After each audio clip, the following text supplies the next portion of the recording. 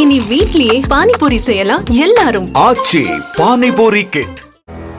கேலியாக ஒருவர் பேசினால் சமூக வலைதளங்களில் தக் லைஃப் என மியூசிக் போட்டு கிண்டல் செய்து வரும் பலருக்கும் அது கேலியான வார்த்தை அல்ல, இரத்தக்கரை படிந்த வரலாறு என்பது தெரிவதில்லை. தற்போது ஜாலியாக சொல்லப்படும் தக் என்ற வார்த்தை 1800 காலகட்டத்தில் பலரையும் நடுங்க வைத்த சொல்லாக இருந்தது. நடிகர் கமல்ஹாசன் நடிக்கும் படத்திற்கு கூட தக் லைஃப் என பெயரிடப்பட்டுள்ளது. யார் இந்த தக்கிகள் என்பதை விரிவாக விளக்குகிறது இந்த செய்தி தொகுப்பு. இந்தியாவை பூர்வீகமாக கொண்ட கொள்ளை தொழில் செய்பவர்களாக இருந்தவர்கள் தக்கிகள். ராஜஸ்தான் அதை சுற்றியுள்ள பகுதிகளில் வாழ்ந்த அவர்கள் வனத்தை ஒட்டிய பகுதியில் பயணிக்கும் வணிகர்களை குறிவைத்து தாக்கி கொள்ளையடித்து வந்தனர். கைக்குட்டை அல்லது கயிறால் கழுத்தை இறுக்கி கொலை செய்து பொருட்களை எடுத்துச் செல்வது தக்கிகளின் வழக்கம். சில நேரங்களில் கொலை செய்து உடலை கிணறுகளில் தள்ளி விடுவார்கள். தக்கிகளின் கொள்ளைக்கு இடையூறாக யார் வந்தாலும் அவர்களை கொடூரமாக கொலை செய்துவிட்டு தப்பிச் சென்று விடுவார்கள். தக்கி குழுவில் உறுப்பினராகும் உரிமை பெரும்பாலும் பரம்பரையாக வழங்கப்பட்டது.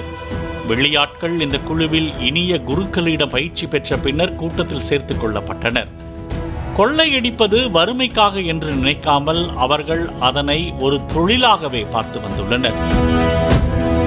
தக்கி குழுக்களால் 5 லட்சம் பேர் கொல்லப்பட்டிருக்கலாம் என்று அரசியல் நிபுணர் டேவிட் சி ராப்போர்ட் தெரிவித்துள்ளார்.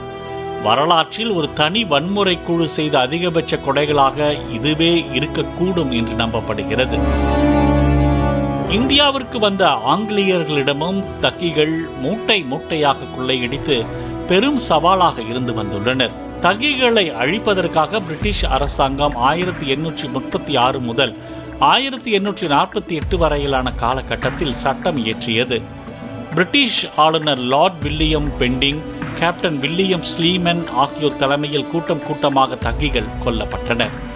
பல்லாயிரக்கணக்கில் சிறையில் கொடூர சித்திரவதைகளுக்கு உள்ளாக்கப்பட்டு இருந்தனர். சில தக்கிகளுக்கு மரண தண்டனை வழங்கப்பட்டது. பலர் ஆளில்லா தீவுகளுக்கு நாடு கடத்தப்பட்டனர். 20ஆம் நூற்றாண்டில் பாப் இசைக்கலைஞர் டுபுக் ஷாக்கூர் தன் உடலில் தக் லைஃப் என பச்சை குத்த இளைஞர்கள் மத்தியில் அந்த வார்த்தை மிகவும் பிரபலமாகி போனது.